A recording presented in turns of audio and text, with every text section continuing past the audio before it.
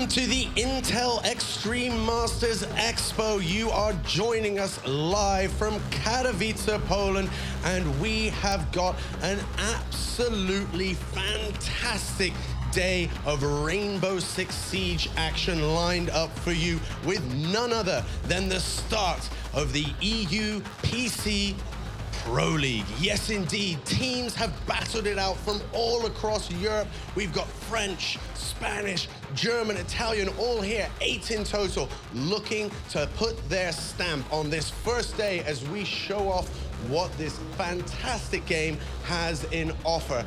They know what's on the line. They need to prove this is it. For the first time, we'll be putting 2 days of Pro League into one. So if you're looking for all-out action in Rainbow Six Siege, look no further. We have got a treat in store for you, ladies and gentlemen. I can tell you the expo hall is completely jumping. It's full out. We're gonna do our best to put on a show that fits that. And of course, I'm gonna be here on the stage with those teams, talking them through, giving you the insight, and hopefully showing off how well they play for you. But I'm not on my own. That would be really boring. I've got a fantastic audience that's here. They've been piling in already. They're eager to see what these teams have in store, and of course, who does so well in the competition. But I also have a team, yes, of analysts, experts. They're wise, they're wonderful, and they're led by one man who it is my great pleasure to introduce. So without further ado, over to you, Panky. Thank you very much, Sean. As he said, welcome everybody to the Intel Extreme Masters here in Katowice. I am joined on the desk by Derek Punji-Stick-Malin and Simon LaForge, one of the developers here for Rainbow Six. How are you guys doing? You enjoying Poland? It is great to be here. It's good to be here, thank you. Yeah, this expo hall is huge, and there's already a massive crowd here for Rainbow Six, which is great. I'm going to dive straight into the game, guys. We have a huge Pro League over the next couple of months, and we have 8 of the best teams in Europe ready to go with it. We want to dive into the tournament format for a little bit first. Each of these games is going to be a best of 2, so draws are possible, which is an interesting dynamic that some of these other Pro Leagues don't necessarily have at the moment. And our first 2 maps today are going to be Chalet and Oregon. So we got interesting things to speak with there. And of course, opening the day, Aera versus TCM, 2 of the arguably favored teams for this tournament. So it's a big, explosive start. How are you feeling towards Aera, Simon? I think they did a really strong showing in the Go Force, and I think today they're going to deliver a good performance. They went through some roster changes recently, and they picked up another French guy from another team. So I think they should do well. They did try the new lineup, and I think it's going to go well. Yeah, what about TCM? I know you're a North American guy here, Punji, but you got to dive into EU for a little bit. From what I understand, from what I gathered, TCM's a pretty strong contender. So with Aera having the change-ups, I think TCM will put on a good show. As some people may be unaware, TCM qualified as the Wise. That's what they went through the Go4 tournaments as. A lot of people will have seen that name. We had, of course, 3 Go4 Rainbow Six tournaments, of which these teams accumulated enough points to get here into the Pro League. We've still got another whole bunch of teams that are yet to show up. Penta Esports, Sifu, who I have been pronouncing wrong for many, many weeks, is Gifu, Epsilon, G-Bots, a lot of big names in here. And of course, all of those teams are going to be playing at least twice today through this format. So we'll take a look at that schedule in just a second. And to be fair, as I mentioned, we've got Aera TCM to start. We've got Penta playing in the game number 2. So we are literally hitting the ground running here. Yeah, absolutely. So, yeah, Penta. So, predictions? I want to go with, like, Penta we've mentioned, Aera we've mentioned a big there. I know G-Bots, Simon, they're... Yeah, G-Bots are super scary. They had a pretty strong showing in the Go Force. They have a really fast and aggressive playstyle. And yeah, I think there's going to be a lot of interesting matchups today. All right, we've mentioned that it's Chalet and Oregon for game number 1. Punji, take me through like attacking setups for Chalet. Who are your must-use operators for that? Because I don't want to dive into the team too much. We haven't seen them play yet.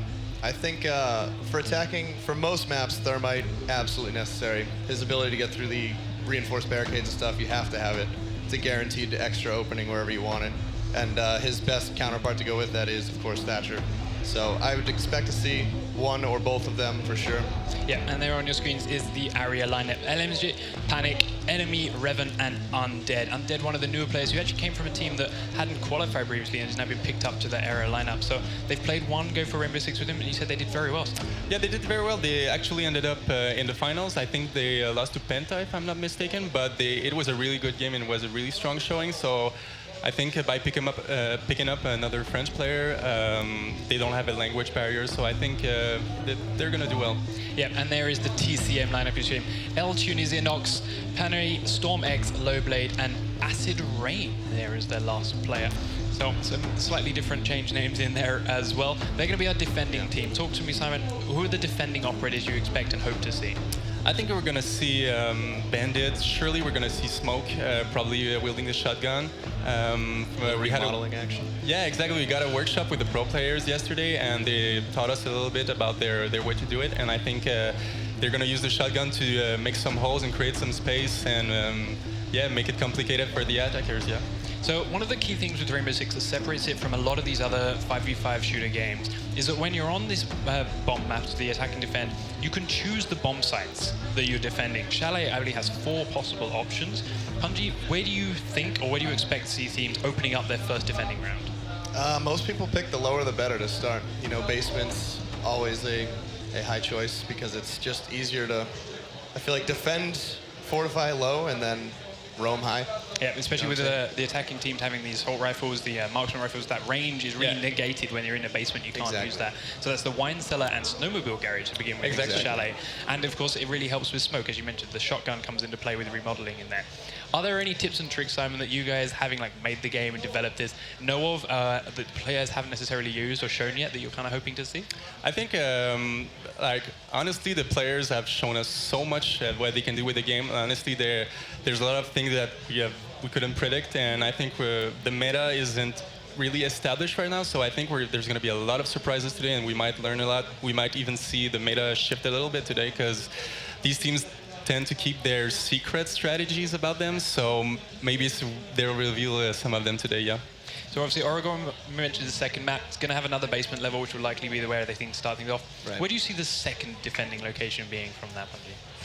I really don't know. I feel like them recently introducing the dynamic where after you win a defending round, it locks that location you used. I think forcing a new location is totally on the opinion of the team. I've seen people enjoy first floor, second floor to totally up to their play style, you know? Simon's obviously got a little bit more of an insight thanks to the numbers and the statistics behind this. Is there a second bomb site people are leaning towards all the time, or is it, as Pandu said, very much team dependent? On Chalet, it's not the most popular map, so I'm not too sure, but I think it's pretty much up to the team's preference because they train a lot and they're going to go where they're most comfortable with.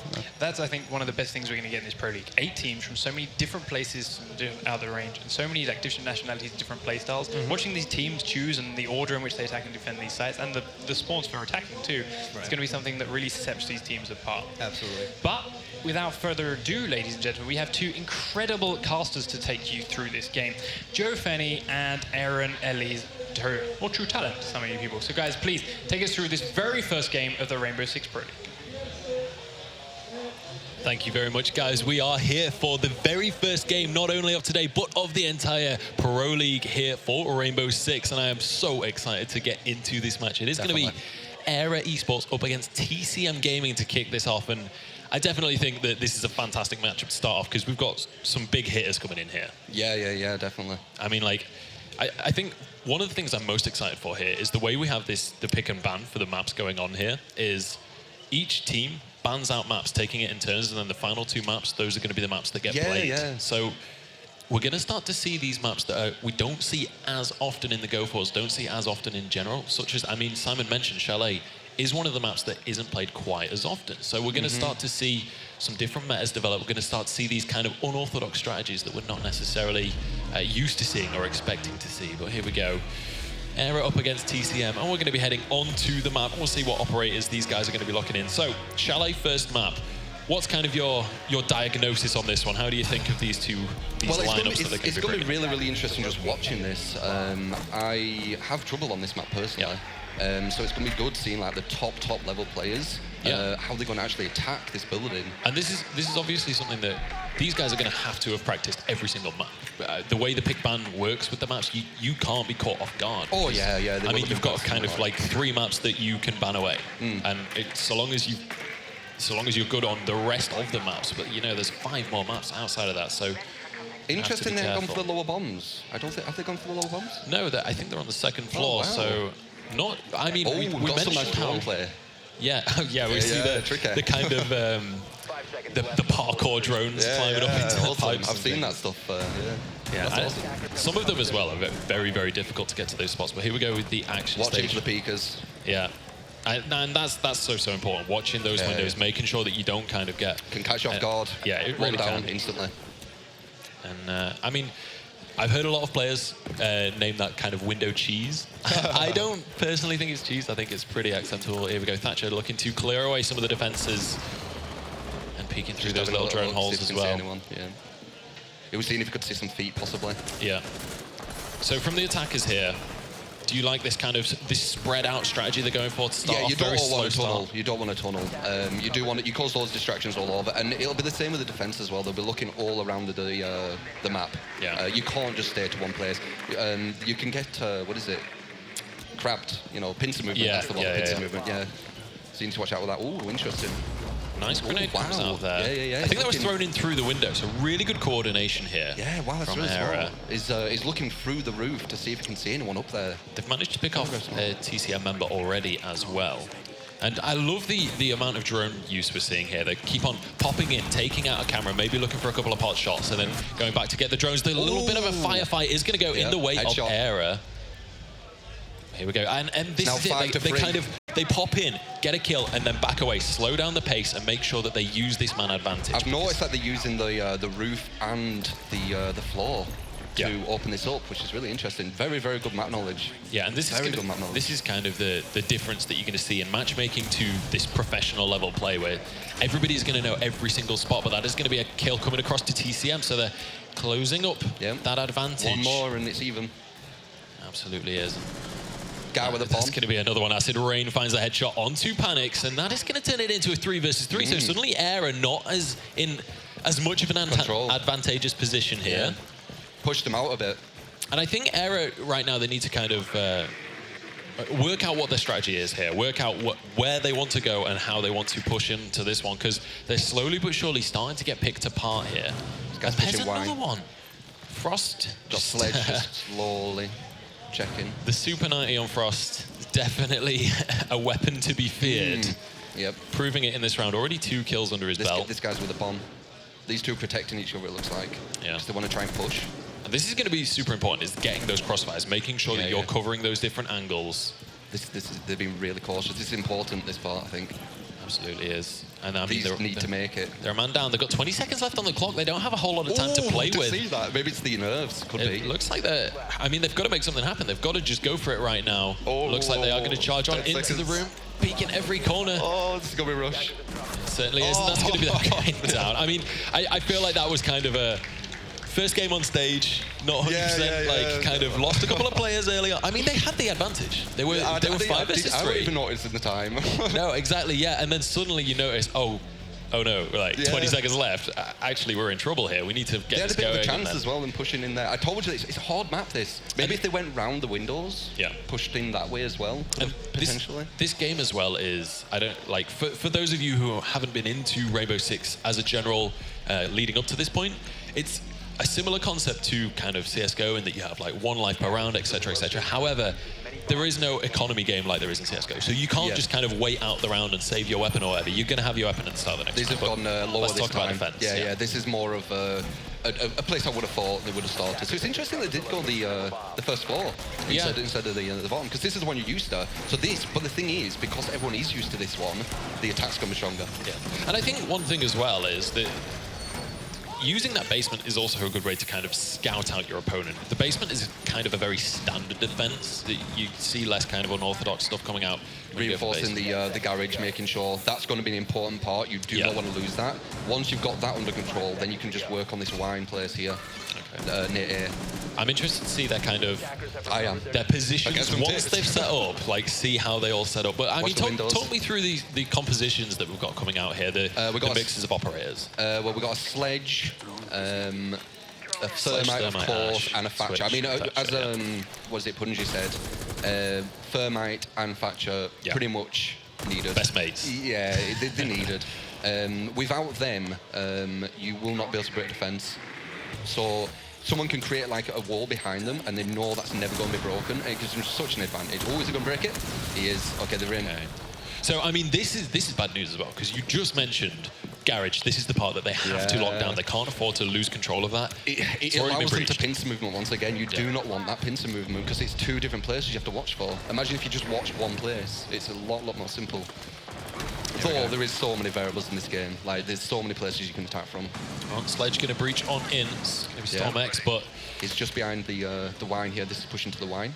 Tunisiano does manage to find a headshot with that G2, so he's going to be very happy with that. Two people in wine there. That found that. What's going to happen here? Here they go, pushing very aggressively forward. They're looking for Undead, who does manage to duck down very the last nice. second. Yeah, very nice. And this is like, we're seeing kind of less headshots that we're used to. This game is usually like 99% headshots. There's another one coming through. Panix is in trouble. Can't quite land the shots though, and he will be able to get away. Second one that's got away from this guy.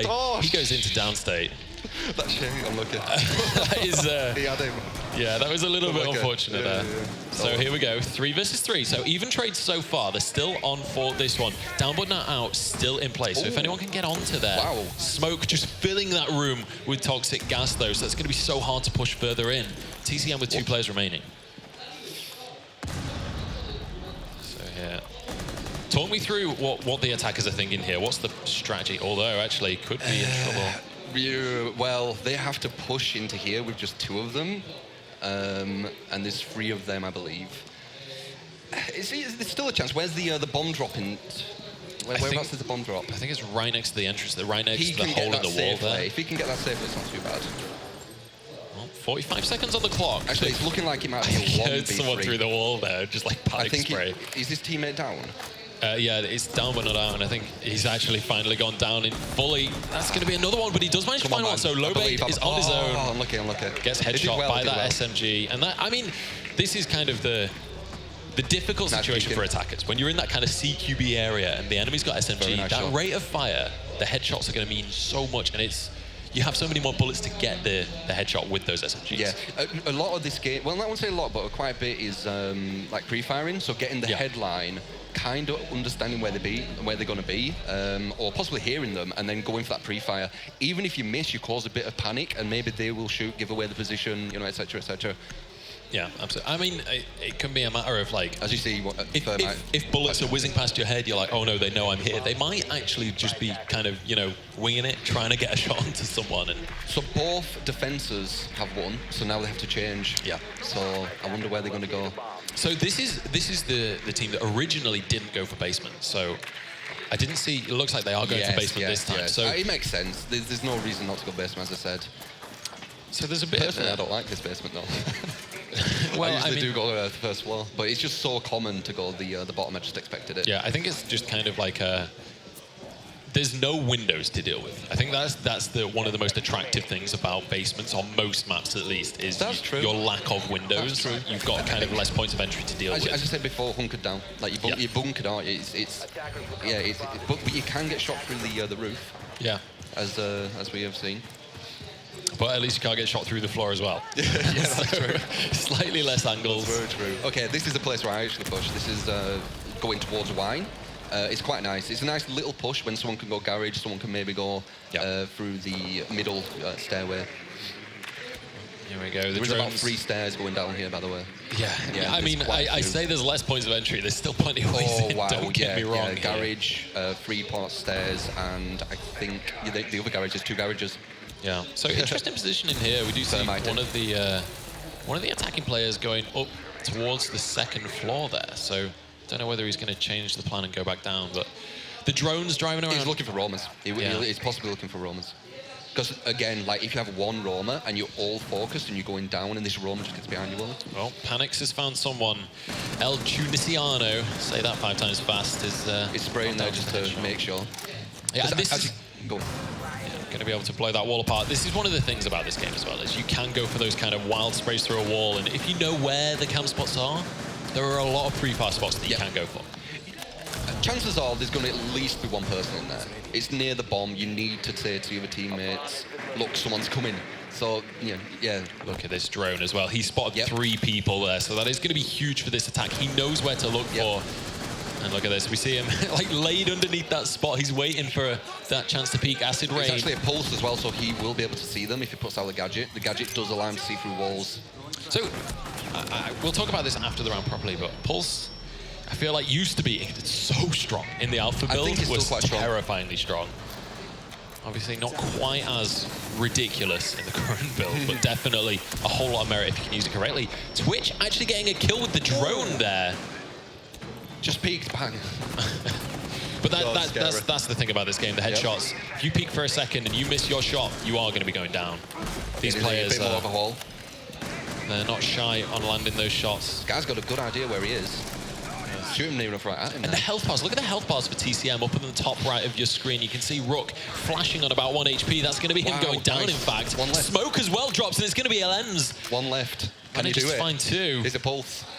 Pulse is going to be looking for the 1 versus 4 clutch. He's got his work cut out. I'd love to see it from Pulse's point of view right now, going for the clutch. Did manage to find 1. Finds 2, in fact, gets the headshot. And now it's all cut out for him. Sledge.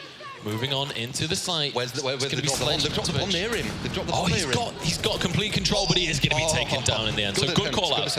Good communication coming out from the attackers there. They're kind of like, okay, Acid Rain is here. We know where the guy is. Just play it as a team. Don't do anything stupid, and we'll still win this round. It that way, especially with that bomb drop. Yeah, I mean, that's a scary bomb drop. That's one of the things that you see a lot in matchmaking in this game is kind of, okay, we're 4 versus 1, no problem whatsoever, let's just charge him, we'll just find the last guy. But the thing is, if he gets 1 bullet on each of you, if it's in the head, he wins the round. So you can't afford to just do silly things. If there's 2 of you just going through like a doorway, bam, bam. Exactly. It's just over. It's all about lining up those crossfires. It's all about getting it so that if your teammate dies, you're there to trade that kill. Go 1 for 1. Yes, that's the important thing here, and especially if you get that first kill. But they've gone to the same place as TCM, right? I believe this is the floor up. I'm not sure if I'm mistaken there. I think this is the 3rd floor rather than the basement. Oh, no, this is the first one. This is where I go when I play this game. Yeah, okay, yeah. Kitchen and here, but I can't remember, were the others here from the first round?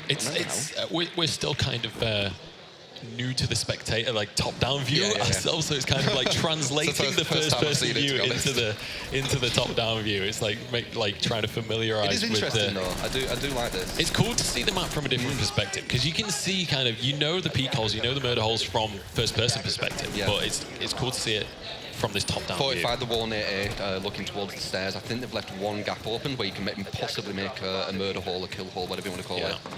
Give you a bit of line of sight onto stairway if they do go from the top.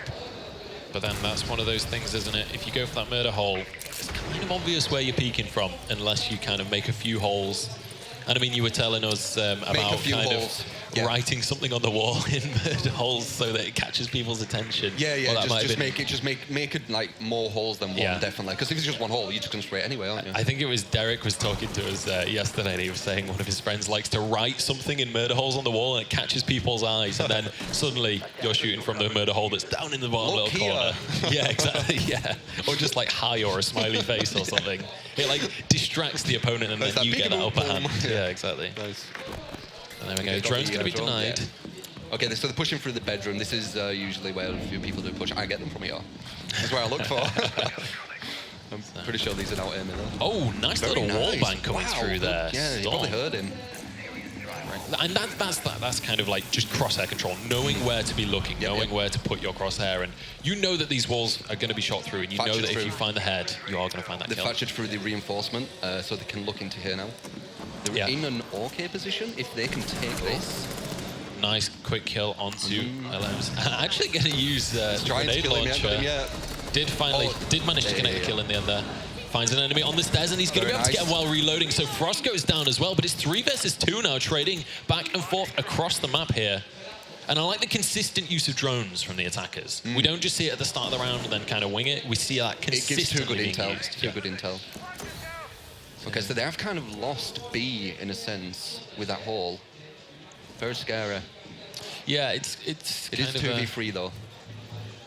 Long-range defense here on B. If they can kind of just cover that area with rifle fire, with suppressor fire. Actually, Panic's already down to about 1 HP. He is not in a good situation if they right can there. take Panics, they probably can push B. And that's, I think, I'm not 100% sure, I think that was his last smoke charge as well. So this might be their way into the B site right now. I wonder if they can get the plan. for him. This will be the first attacking round that we see win. Panic. It is going to be smoke going down. So oh dear, yeah. Doc last man remaining here. He's on the retake. Okay. So, talk me through, if you're Doc in this situation, talk me through kind of your thought process. How do you tackle this kind of scenario? Oh, well, just like any operator, it's 3v1. You can self-revive. That's something you have. You're probably not going to be able to because they will, yeah. Not if they get a headshot, you can't. Yeah. Yeah. I mean, even if they just shoot your body, they'll shoot you when you're on the floor. Yeah. It's 3 of them. It depends on where, like, if you've got good cover, then maybe you can get that It was off, a good but idea to stay in that bomb place because potentially they could have pushed from there. But if he was at the other bomb, he could have possibly helped his teammate a bit more. But, you know, it's hindsight. Okay, so there we go. It's 2-2 on the board. So I think I told a lie earlier. I think both attacking sides have won a round now as well. So they've both won, one on attack and one on defense, I believe. Interesting. It's almost like they're adapting. Yeah, so we are going to see this floor once again. So only 2 spawn points again for the defenders at least we've been seeing used. So, I mean, yeah, talk me through how the defenders are setting up here. Well, they're reinforcing that wall there because, as you saw, that's where they broke through. Yeah. Because you see this corridor, kind of where he's reinforcing there, just outside of there, you have to push through there if you can't break through that wall. And that corridor is like, well, there's so many doors looking towards it. You can just shoot them. It's kind of like they're just in like a, almost like a conga line, you know. Yeah. It's just really easy to shoot. So you do want to break through there. You can go through the windows on the outside, which did they do that last round? You can push around there. If they did, it was only like one guy. We didn't see it on the. And obviously the kitchen window, you can look through there as well. It's a very cheeky little spot. You can pick a few people off without recognising if you don't look there constantly. Okay, so just running around getting some intel. Seeing a lot of Jaeger used here from TCM. Not really seen as much Bandit as I was expecting, really, because Bandit can be like really effective in denying Thermite being able to get anything down. Just making. Not committing to that yet. Just making some noise. Yeah, kind of like finding a way just in. Really cautious, yeah. I think nearly peaked with the grenade launcher there, which would have been bad news. Did manage to swap out in the end there. He broke through the door trying to bait someone, and then broke through the place looking at where hopefully someone would bait us. Yeah. Just like these little things, just to quickly push, but safer. That's one of the things that really separates kind of the wheat from the chaff in this game as well, is knowing the spots that you have to peek. Knowing that when you've gone through this wall, this is where they're going to be. This is where I need to find the headshot, and being ready to look there immediately. And time management. Exactly. So it's not reaction. It's kind of proactive aiming, pre-firing, and knowing those spots. Okay, still 5-5. Slower. There's a window open. Ooh. That's what I mean, the windows there, you need to watch out. Interesting spot, though. That is, I've never seen on top of the car, zero cover whatsoever. So if you get caught out there, you are I didn't know you could shoot through that window. So I would have just peeked and just died. But yeah, they'll probably know about that. Much kind of, that's a good pick out of Aera here. So the attackers with the slight advantage here, finding the headshot onto Acid Rain. Wonder where he killed him from. And again, this is what we saw in the first round out of these guys, was kind of this slow, calculated push, but TCM are going to answer that one. Going to be able to even things up with that MP5 kill onto Undead. Nice. So we go for the spot, and this is what we were talking about, trading those kills. It's so crucial. So they found each other, going for the wall bang. Does make a hole. Very close. Another trade across the map. Almost 2 versus 3 now, in fact. Twitch is there. They both know each other's there. Who's going to win it? There it is. Very nice. Very quick. And that's one of the beautiful things about this F2 as well. It's only him. So Twitch, he's in a 1 versus 2. Not unwinnable. Not unwinnable by any stretch, especially. I wonder if he's got the other drone, because he'll get some more intel with Twitch. Twitch gets a separate drone. You get 3 in total. So I wonder if they have 1 more drone. This is going to be taking the diffuser, not in the greatest of spots for him. He's going to have to try and find his way to that. 15 seconds to go. Free firing. He's got 14 seconds. Yeah, I'm Where's not the sure. bomb? I think TCM. Yeah, just like I mean, that. TCM are going to find the kill, but honestly, TCM, they could have just played that safe. They could have just run away from him. So long as they know where the diffuser is, he only has 13 seconds to plant the bomb. Like, that's not enough time. But nice little corner peek comes out there. Yeah, they were at advantage. He had to come. He had to come fast as well. When it suddenly says 20 seconds remaining, you're not allowed to sneak around anymore. You just got to run for it. And they're going to hear you clunking through the corridors. They're going to hear you I coming think you're walking through away. barbed wire. It's really, really loud. Exactly. Yeah, okay. Here we go. We're looking now. I think. Wait. Yeah, okay. Interesting that they're going for Ash and Sledge. Yeah, I mean, you can. They're both really good at breaching. Personally, I just think you need one Ash, one Sledge, but I mean, these are the pros, so. Yeah. I'm pretty sure they know more. I mean, yeah, it's breaching. You can breach a lot of places really fast, so it makes sense. It does. Yeah. And also kind of opens up the avenue to go for multiple entrances at the same time. You're not relying on just that one person to kind of do the most of your breaching, at least. Yeah. Bandit going to be coming out here for Aera. Looks like they've gone bottom again. Looking to deny that thermite. So we're seeing Smoke, Doc, and Rook, and Jaeger. Those are kind of our top 4 defending operators so far. We're kind of makes seeing sense. Rook gives you more armor. Yeah, and Doc as well. You kind of Doc is nice. Doc and Rook is kind of like the Thatcher and Thermite combo. It's kind of those two go hand in hand. Jaeger is quite important. I'd say a mute and a banditor as well, just to stop that Thatcher, to stop Thermite. Sorry. Because Thermite could just go through without, if you don't use the mute or the bandit, they could just Thermite through like this. Yeah, they are going to do so as well. Looks like they're going to be able to get away with that one. Yeah, straight in. It's weird that they're not doing the thing. Go. Very quick on the mark as well. Not kind of beating around the bush, just going, okay, we need to breach garage. We need to open this up for later. But that is going to be Elemsja opening the map up, but traded straight on back by Tunisiano. Excellent name. He's found him up the stairs, gets the spray, but can't land the headshot. Nice. Enemy picks him off. Look his health. Wow, yeah, that was clutch. That was too close for comfort, that's fair to say. But I mean, like, had a single one of those bullets landed the headshot, that would have been a really nice 2-piece coming out for him. Yeah. Well, that turns it into a 4 versus 3 in favour of the attackers here. The defenders, sorry. Yeah, they still know there's a roamer up there, though, and that's really scary. You need to get rid of him. But actually, this is kind of looking dicey right now for Aera because they're a round down. They're 1 round away from defeat. They've got to tie this up. They've got to make this 3-3. But yep. We'll see. I mean, they still have the advantage right now.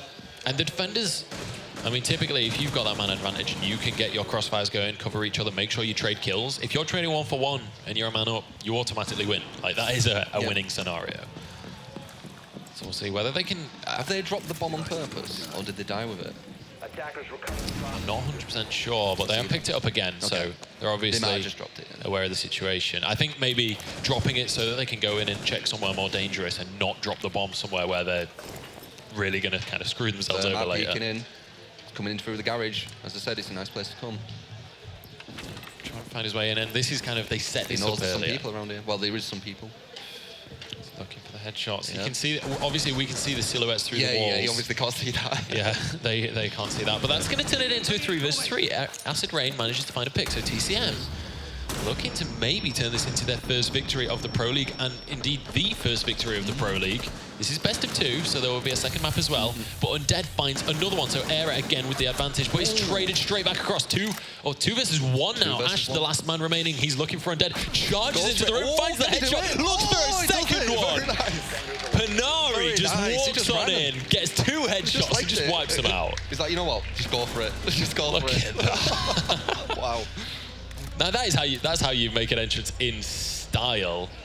That was nice. Well done. Fair play to that man. That was. You just feel it sometimes, you know. And that's, again, we mentioned this before. The kind of last 20 seconds, you're like, okay, we've got to make a move right now. It's going to make it 2-4. Looks like it is first to 5 here. Yeah, okay. Interesting. So.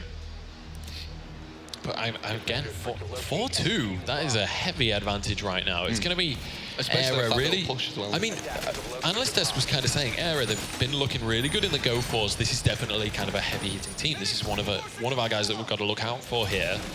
But TCM so far looking absolutely phenomenal. But this could be a matter of like Chalet being a really good map for them. It could be. That's one of the things on this game. Is there's a lot of different strategies. I know for different about maps. TCM, you know, from other games, and I had a feeling like they would like do well. I just had that kind of feeling. Yeah. And one of the things as well is like, I mean, Aera are definitely a very strong contender. Oh yeah, definitely. In the last Go4 number 4, they beat the G-Bots, who are kind of one of our dark horse teams here in the tournament.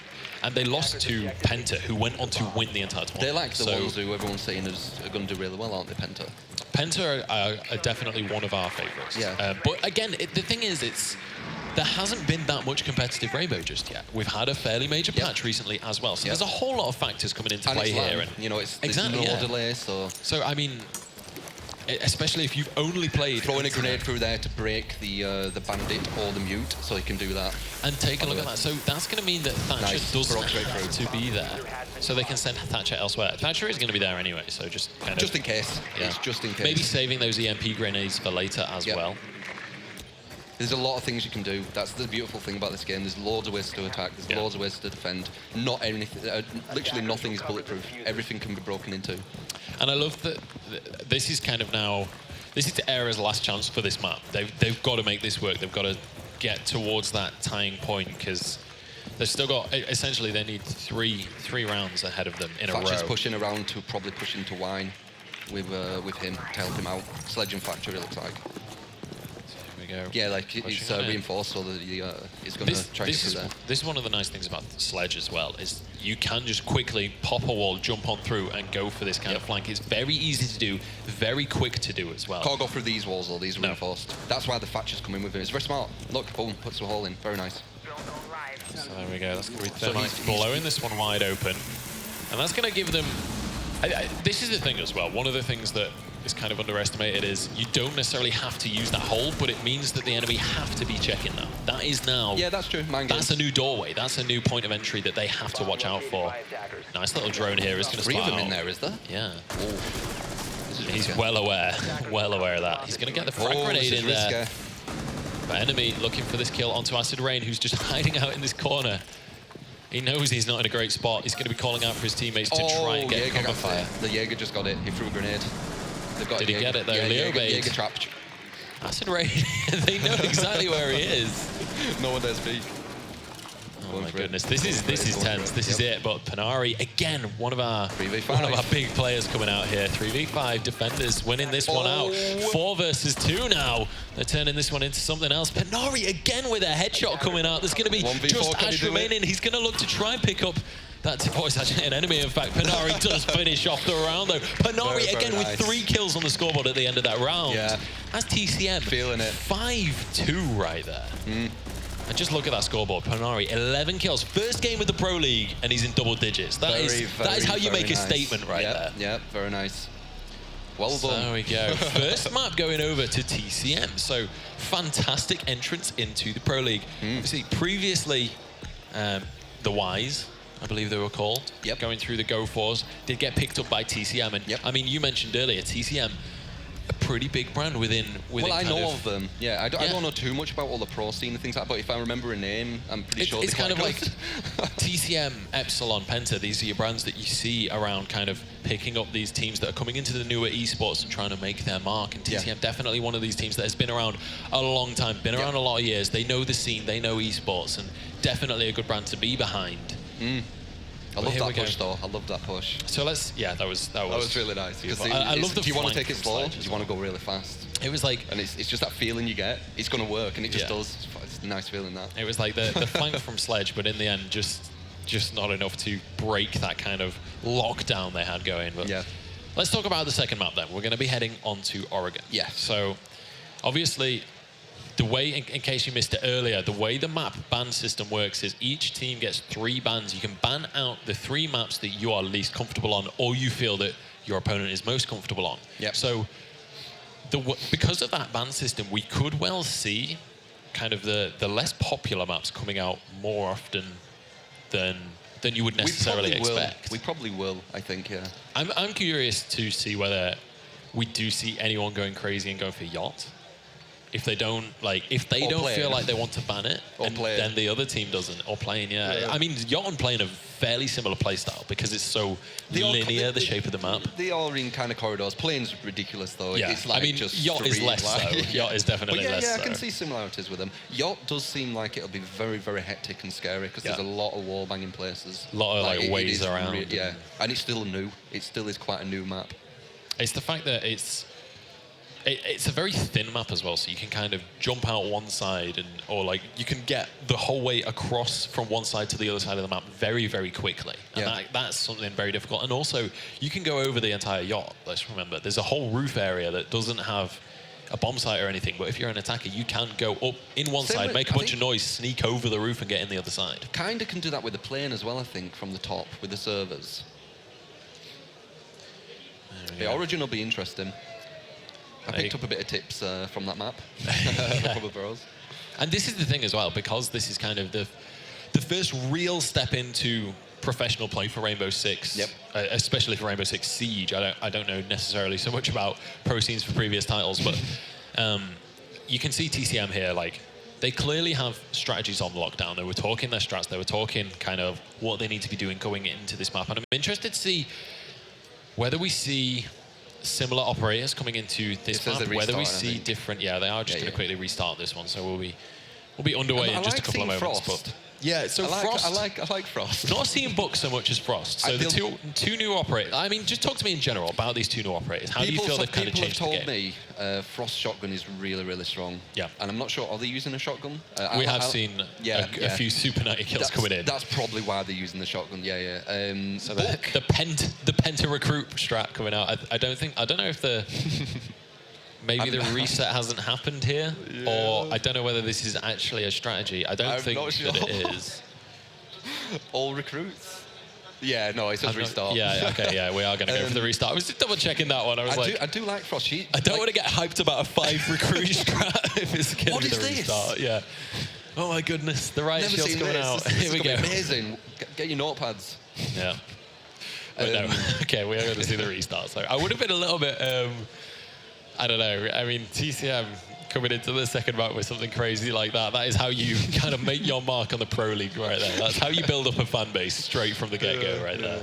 And I mean, this is it as well for the teams. You kind of want to go for something maybe a little unorthodox, maybe something off the wall, because a lot of these teams, this is going to be their first step into any kind of competitive play. So this is where you need to start to speak to the fans and start to build up a fan base. You want to be the team that everyone wants to follow. You want to be the TSM of Rainbow Six, you know? You want to be that fanatic. You want to be one of these big names. It's definitely a starting point to it, isn't it? Yeah. And it could turn, if you can have a fantastic start to the season, if you can be at the top of that scoreboard, not dropping maps, then you're going to be in a fantastic spot to build up that kind of repertoire. I bet it's a very exciting time for the teams right now.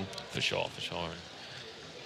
You can see kind of the concentration on their faces as well. They're well aware of the seriousness. Well, you saw a bit of the nerves as well, didn't you, with the aim? Like, the guy definitely had him, and it was like... Yeah, when he was looking up the stairs. No, when it was in wine, and he peeked, and was shooting at him, but he was like kind of shaky. Yeah. It's nerves, man. And that's the thing. I would say, I think... I don't quote me on this. I think all but one of these players has not played on stage before. I believe one of the players is like an ex-World of Tanks pro. Oh, yeah, I heard that. So he has played on stage. Or, I'm not 100% sure which player it was. Okay. I just kind of heard whisperings of it. So okay, there we go. Here we go. Let's take a look at these. Thermite Similar again, pretty much. So we've got Rook, Frost, Smoke, Doc, and Pulse. Basically, the differences we've seen. Okay, actually, Fuse going to be coming out. Oh, we got Buck. Okay. Let's wait until they actually lock it in, because I'm not sure whether they're going to keep this one in. But Pulse and Bandit seem to be the two defenders that keep getting swapped about. Whether you go for those kind of the batteries to make the walls or the wires like shock, or whether you want to go for the scanner, or the cardiac scanner, I believe it's called. Yeah. Pulse is a very good roamer, but you can use him in defense and just give that kind of, where they're coming from, you can call it, and you know where to look. So we are going to see the book locked in here for TCM. So is this, the bomb site looks like it's the bottom? Yeah, it's going to be the basement again. Laundry, I believe. Laundry room, yeah. Interesting place. Gonna try and clean up the clothes and also clean up the series against Aera. Reinforcing the breach marks. Yeah, so Raven going to be looking to go for that roaming role as well, with the Pulse going to be destroying that barricade so we can get elsewhere into the map. Here we go. Here we go with the attackers, just getting rid of those cameras, making sure that's not an issue for them. One's already down. Wow. So it would have been a window peak. That is how you start off a round right there. That is going to be Aera with a fantastic lead to this round. But I'm really intrigued to see how they use Buck here, how they use his shotgun attachment on his gun, whether they use it kind of for combat or just for blowing walls. A lot of recoil on that gun as well. Probably blowing walls, as you said, by the way. Because, I mean, there's kind of multiple aspects to it, because like you say, with all shotguns you can blow those massive holes in walls, and that can not only like give you a way through the wall but also give you ways to shoot through the walls. But as well with Buck's shotgun specifically, you can swap to that so fast from your primary. So if you're in a firefight and you run out of ammo, they have to reload or swap to pistol, you can immediately bring out essentially a second primary weapon. Interesting. I wonder why he's fusing through. He just thermited a random. Are they down? Yeah, they're upstairs. Okay. Sure, so trying to find their way into the map here, and I think TCM are already kind of sweating for this round because they're already a man down. They know that they're at the disadvantage, so they've got to find. They have to make themselves an advantage right now. It looks like they're just trying to make loads of holes to look down on. Well, I mean, this is a fantastic thing for them to do because suddenly there isn't as much of a stronghold for the enemy, but it is going to be enemy with a double kill. That's Super 90 coming into play that we were talking about at the start of the round. You need to get rid of them Romas. They're too important. But this guy's waiting for him. Yeah. He wants him. You want and him. it's Panari again. This is going to be... He's been one of the star players, really, for TCM. He's not spotted him, though. He's going to get taken down. Nice little camp out there by enemy. Hiding behind the bed. It's just... They're all just coming to him because you need to get rid of the Roma. It's just going to go behind you if you don't. And that is just... Enemy has done absolute work for his team this game. That's how good a Roma can be. Yeah. You know? Spanner in the works. It really is. Absolutely is. They were all like, right, we're going this way. Oh, wait, there's a Roma. I mean, you say spanner in the works. TCM in that first game felt like a well-oiled machine. 5-2 was the final score. But no matter how well-oiled you are, if there is that spanner, it is going to cause issues. That is going to be one kill coming out for Lobade. So it's in a 1 versus 3 now. I mean, but the thing is, with this ACOG, if you can land those headshots, if you can make it happen, you can do these kind of clutches, but... What he's doing right now is he's trying to bait the Roma to come down, so he's going to be firing down, looking up, firing down, looking up. He hasn't got long, to get rid of that Roma. 25 seconds. He's going for it. He's just dropping into the basement, looking for the headshot. He's going to find it. If he can get in this guy, if he gets this guy, the Roma's left. Go on, man. Oh, okay. I think he wasn't expecting the middle of the room right there. He was expecting over in the corner. You saw him like look towards the corner of the room. Here he is, undead, just waiting. That's quick. Yeah, they got some good aims, man. And that was a really nice kind of preemptive play coming out from Undead, because instead of just hiding in a corner like his opponent was expecting, he goes out into the middle of the room where they're not going to instantly peek out, and that gives you kind of...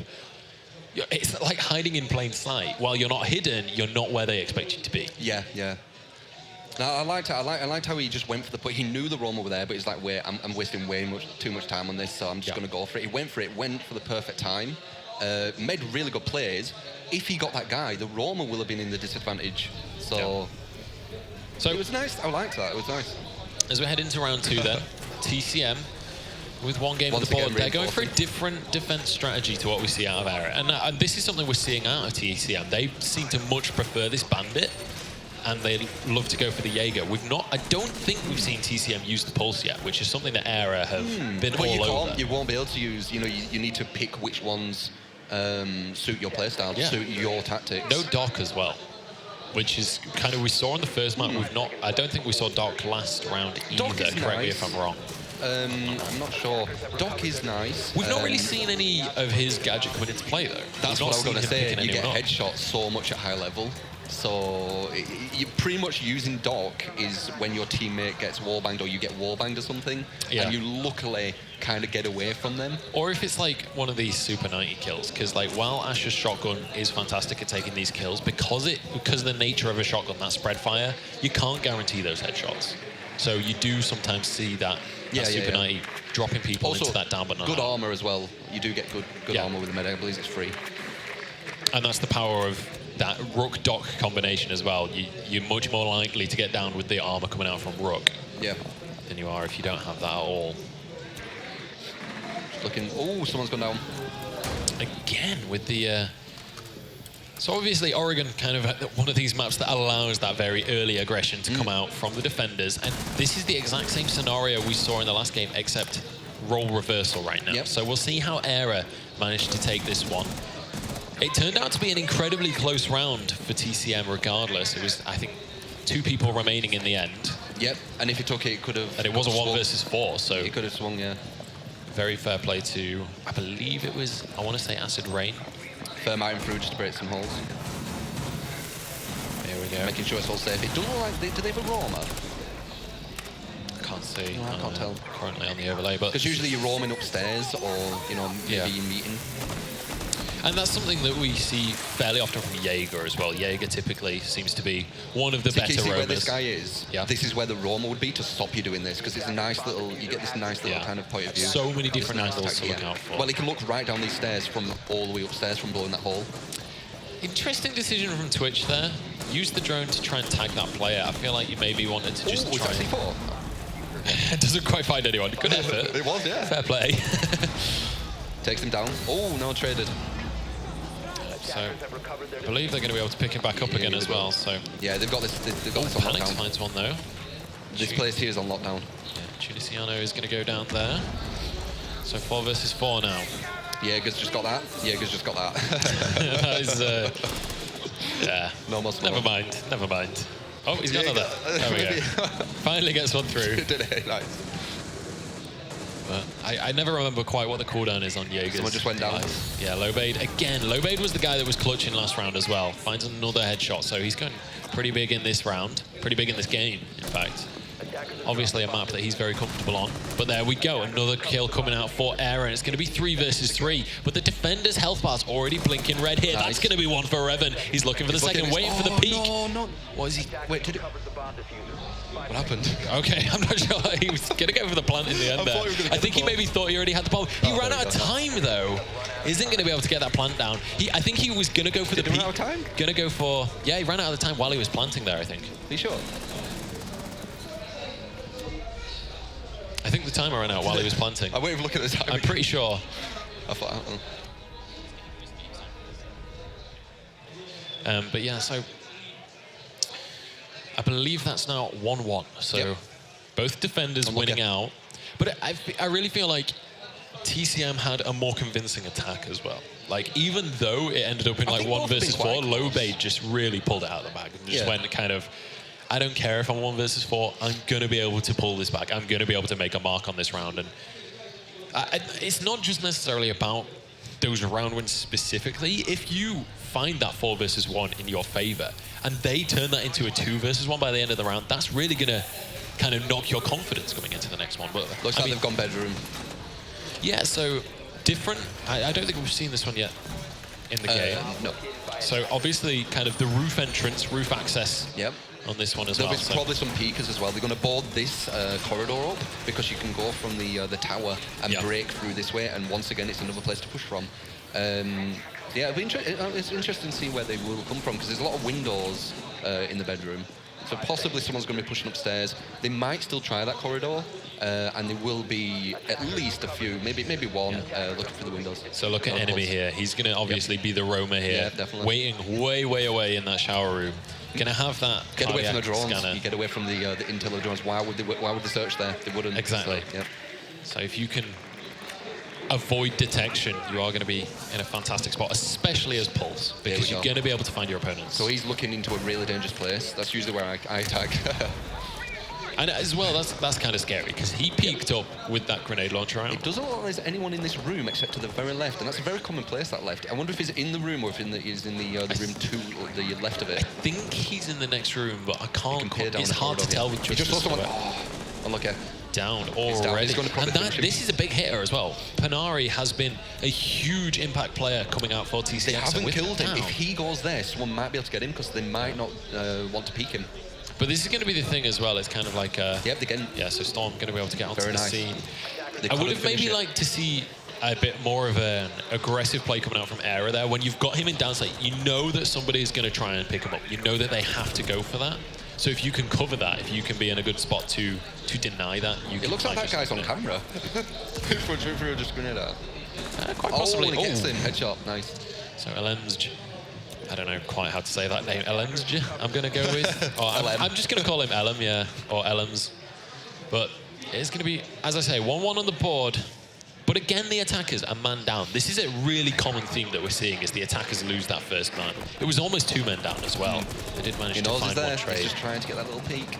But he knows he's doing that, so he's like, nope, I'm just going to chill here. Yeah, he's just like, why on earth would I peek this? Splashed in. Oh, here we go. Go for the James Bond style kill, and he's going to find the headshot. Very, very nice. Okay, he's in. Acid is raining down the pain right there. Tunisiano as well, going to find a kill. That's going to be low bait, and suddenly they blow this wide open. That's going to be 4 men from Aera going down. Like and suddenly it's only smoke remaining. Gets the bomb down. He's going to get one into downstate. He's going to get the bomb down. 1v4. Here we go. Smoke, I mean, he's certainly got his work cut out. Ash going to finally get this down. El Tunisiano is down, but not out. Where is Smoke? Oh, there he is, okay. In that next room. Yeah. Look at this. Oh, nice little kill out of Panics. There we go, nice. It is going to be Panics on that Smoke. He's going to find a second one. Come on. If he can turn this into more, he's turning it into a 1 versus 1. This is going to be Panics on the clutch right Where's now. The last guy? I don't know where Thatcher is. I don't know how close he is, but he's going to go straight for the defuse. He's not even waiting for the rope. He's going to find it. He gets the headshot. Beautiful 1 versus 4 clutch coming out of Panics. I'm so happy that we got to see that from his point of view as well. Thank God. What a round out of Aera. Panics stepping up to it. Look how happy they are. I don't think they expected to win that round. That was some clutch play coming out, and that's the kind of play that we're looking for in the Pro League right now. This is what we're supposed to be doing. Let's do this now. Yeah, and that's the power as well of that SMG. He comes in, and this is kind of one of the big reasons why Smoke is even picked, is the power of that SMG. I do love Smoke. And interestingly as well, Red Dot not coming in instead of the ACOG. We see a lot of ACOG on that. Yeah, I use Triangle. Apparently, it's just preference, I think. I'm a big fan of the Hollow myself. Yeah.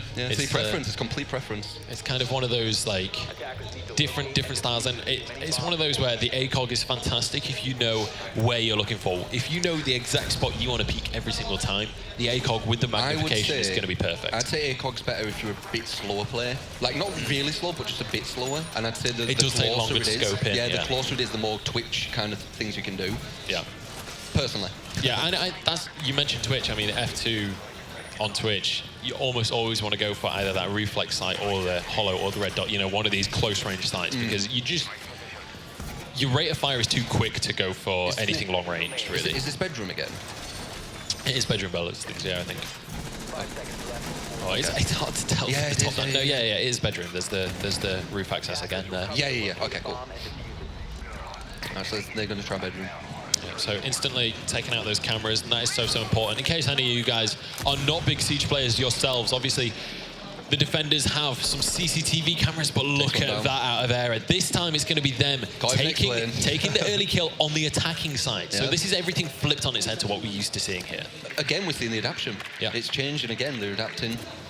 Like, okay, this is where the defenders came for the early kill last time. Let's preempt this. Let's be ready for him to come charging down this corridor and pick up that kill. Here we go. Slow and steady. So there is someone this round. There is someone up there, and he has a feeling.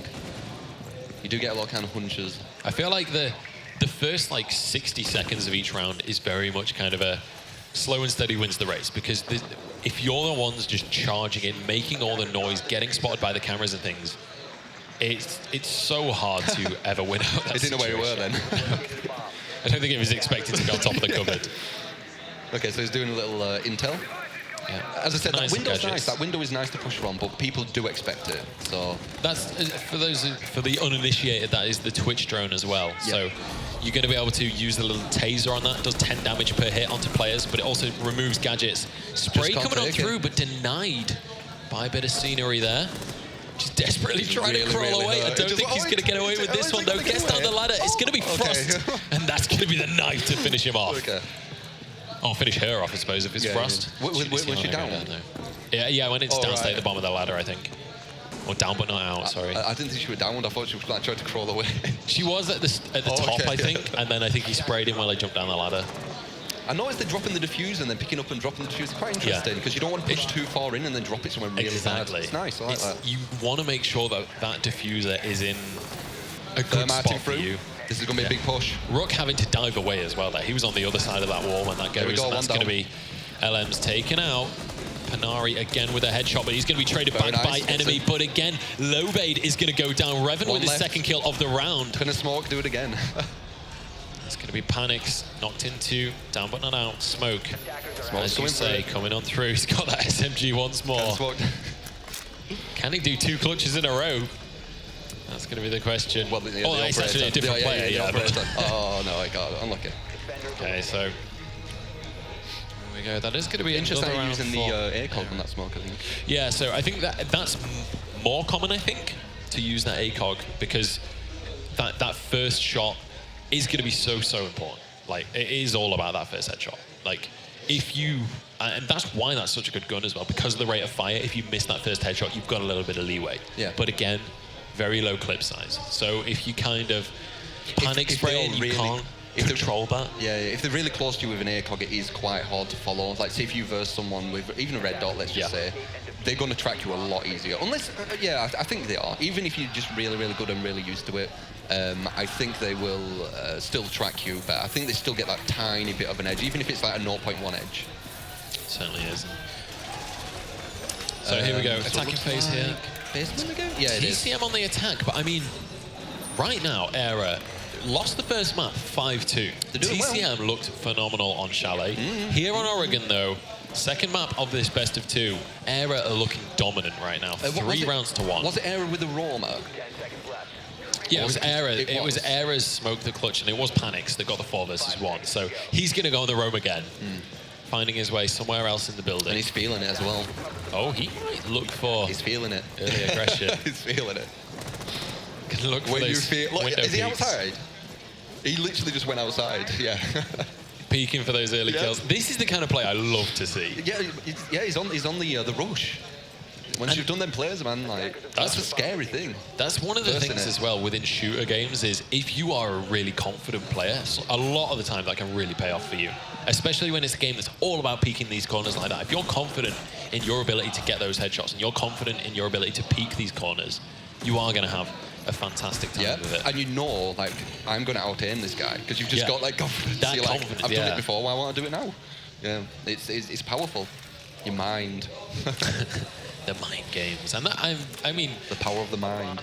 We'll kind of say that almost in a joking way, but this game is so much about the mind games. It's all about reading your opponent and all about kind of... Or if you make them good trying reads to and them good, like them hunches, massively important. You can wallbang someone, can't you, just randomly? And as well, if you can kind of make them outthink themselves, if you can get a decoy going and things. LM's, though, no time for thinking for Tunisiano because he doesn't even have a head left to think with.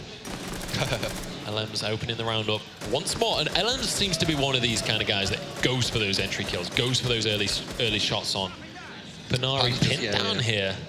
He's kind of just relaxing. He knows if they push him, he gets the advantage, so he might as well just wait for some backup. Yeah. Spraying on down the corridor. It's going to be Acid Rain finding one onto enemy. I think that's down, but not out there coming out. Buck going to just blow that trapdoor wide open. Storm finds one. I think that was Buck on Storm right there, but it's traded just straight back, and LMs finds his second one of the round. So 3 versus 3 here. This guy's been here a while. Yeah, TCM right now, this round is so important for them. They can't afford to be 4-1 down. If you get 4-1 down, you've got a 4-win streak ahead of you to stay in the game. It looks like this place is quite... It looks like there's not many people at A. It's a pity that they're going to try and push for B. They're making it harder for themselves. Yeah, it's kind of down to intel as well. Yeah, it's like, do they know that those players are there? There, look, you see it in there.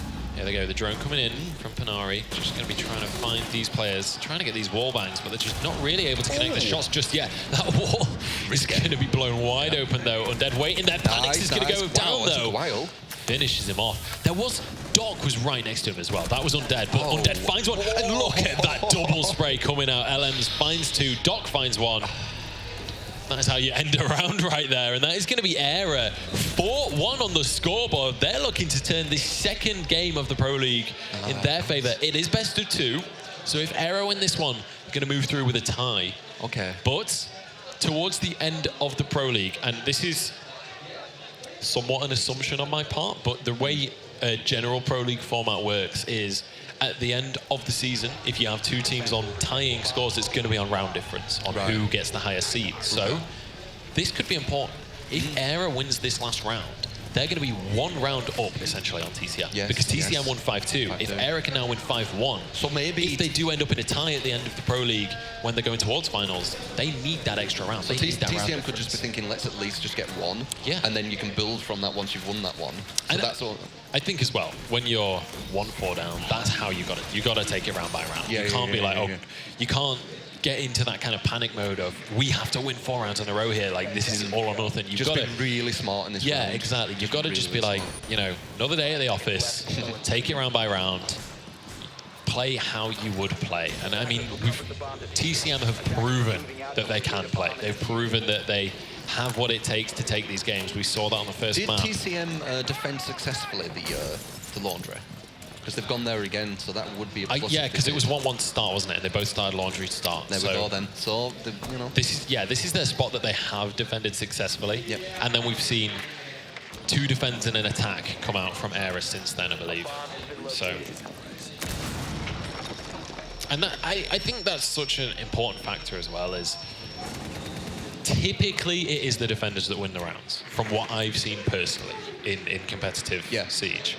So if you can win one of those attacking rounds early on in the game, that can give you such a momentum boost and like that kind of boost in mentality. It doesn't look like there's many roamers. I think they're just trying to search around meeting to see if they can. Because when you're at the meeting, then you can like look through different holes and you can approach different ways. But if there's someone like who could come behind you or something, that's kind of scary. So they're just all searching to see if they are clear around here. Yeah. So the AR-33 being used here on Thatcher. I don't believe that's kind of the most popular gun. I actually prefer the AR-33 as well, but I believe everyone, a lot of people goes for the more accurate. Nice shot. Nice headshot. So Revan just straight up takes down Tunisiano, and unfortunately, I have to say, Tunisiano seems to be one of the players that kind of seems to be going down early in these rounds. Oh, is there? And I hate to call people out like that, but it's just a theme that I've been seeing come out here. But we'll see. I mean, here we go. Just 1 minute and 10 seconds left on the clock now. 5 versus 4 in favor of Aera. They're 4 rounds up, so they really They're giving them a lot of leeway here, I feel. Like they're literally they've got complete control of this place at the moment. Nice gas. That's going to hurt. That is. Revan kind of trapped in there. So it's going to hurt positioning-wise, I think. Oh, nice kill by Lobade. That's going to even the scoreboard up right now. So TCM kind of... Oh, the gas. That gas going to take them out to half HP. Yep, it all adds up. Yeah, it does. And that's where kind of down but not out comes into play as well. If you've already been tagged... He knows he's there, he's more pre-firing, he's watch out. So here we go.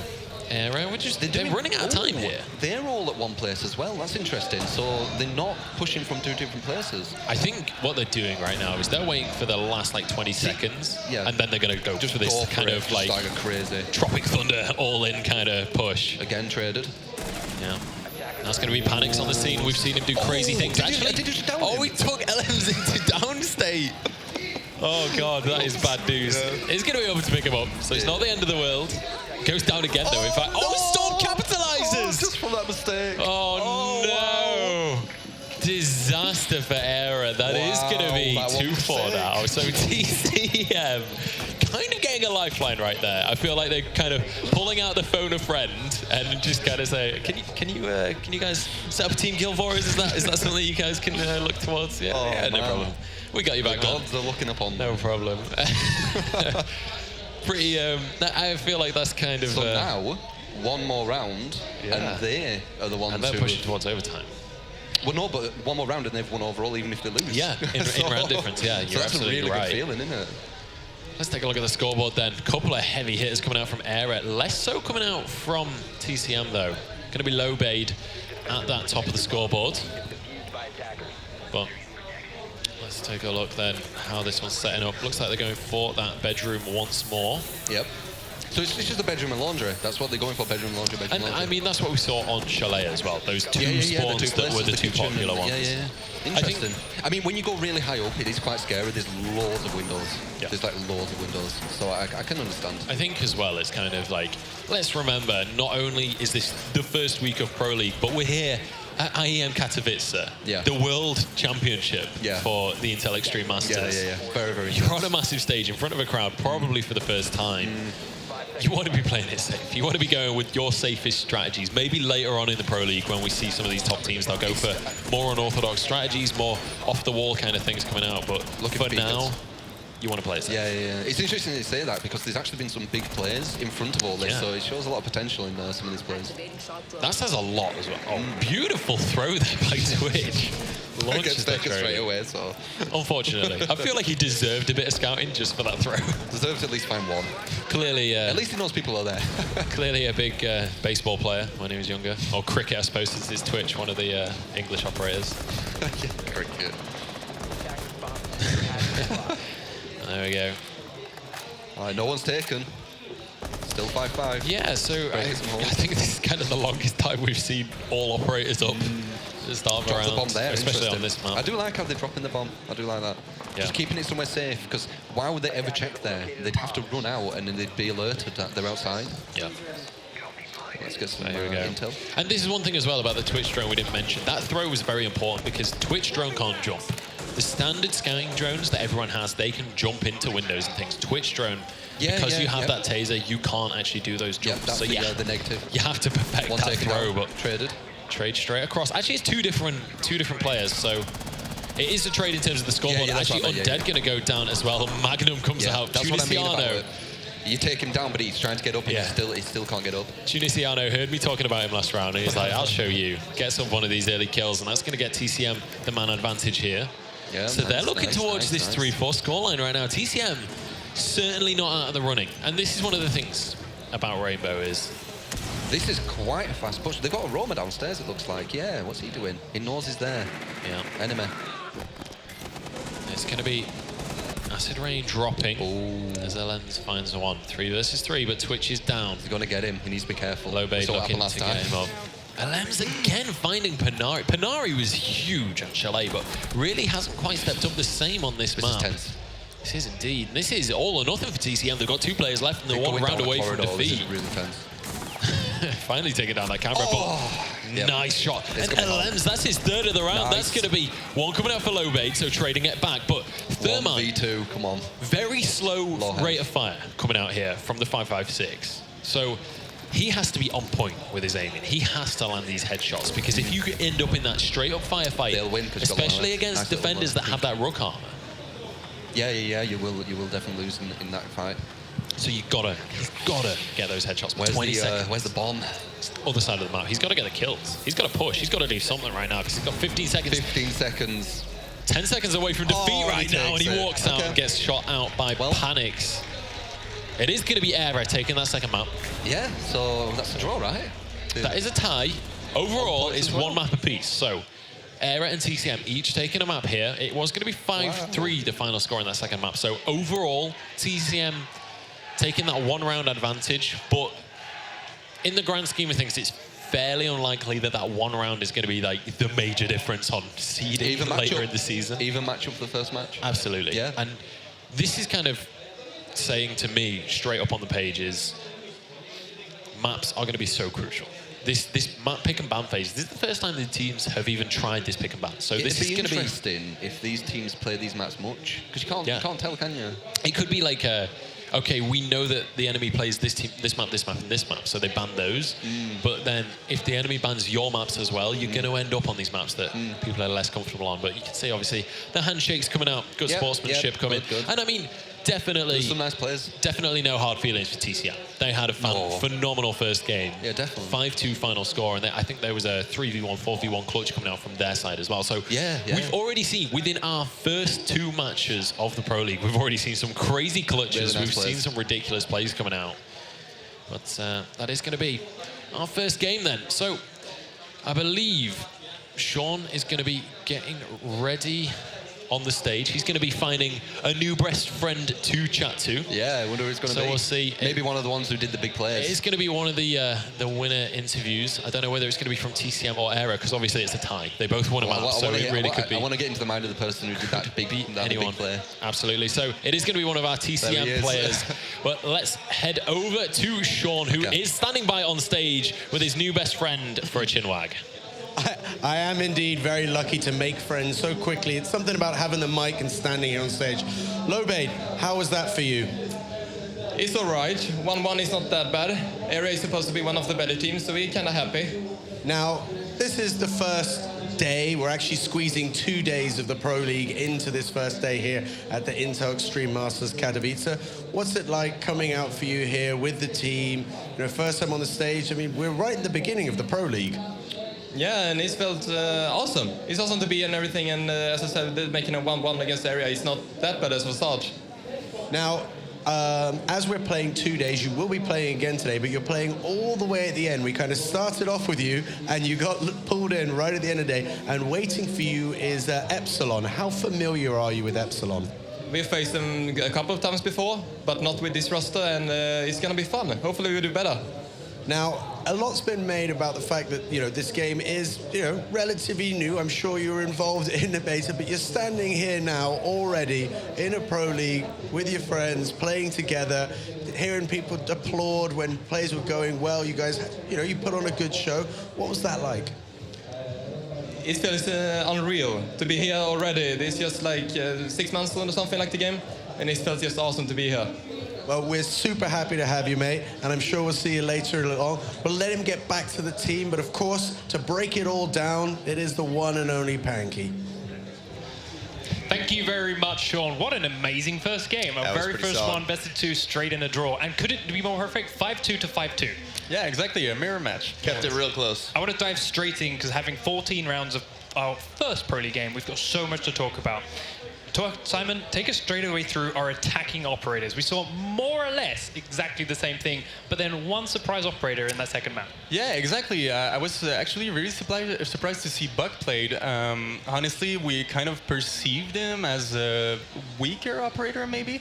And like the players explained to me yesterday in the workshop, they actually use it for utility. They want to punch big holes in walls so that they can get some line of sight. So it was really interesting to see him play. I mean, the Buck's assault rifle, it kicks like a friggin' mule. Like it's really hard to shoot with that gun, but I guess it's really like useful. Yeah, exactly. We mentioned how like smoke would be used with shotguns occasionally to make holes. He had both. He's perfect, and they use it really, really well. Defending, we saw a lot more shuffling up with the defenders. We had Rooks obviously every single time. Smoke almost always featured too. Doc came in and out. Frost with her shotgun every single time.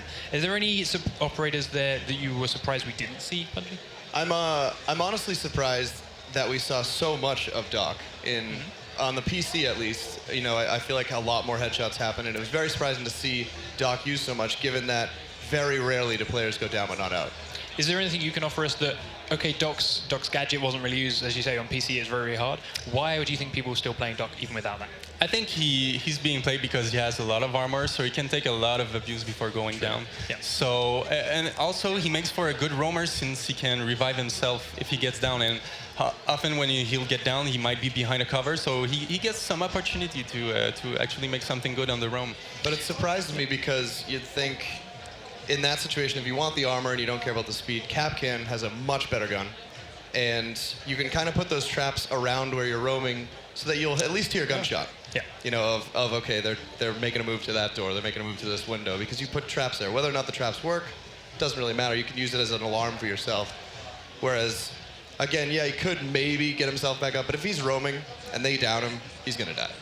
Yeah, most pretty times. much. You know, most like, of the time. once they know he's down, they're going to go finish him off. But maybe we can ask the player for more insight on Absolutely. why. Yes, we'll try and get some players on here later and ask them a bit more. I want to talk a bit more about the maps. Obviously, we started off on Chalet. We expected basements first. It wasn't our very first round, but it was the two. We had Snowmobile Garage and Wine Cellar, and then we had Kitchen and Trophy Room. Right. Those are the two go-tos for defense on all high-level games here.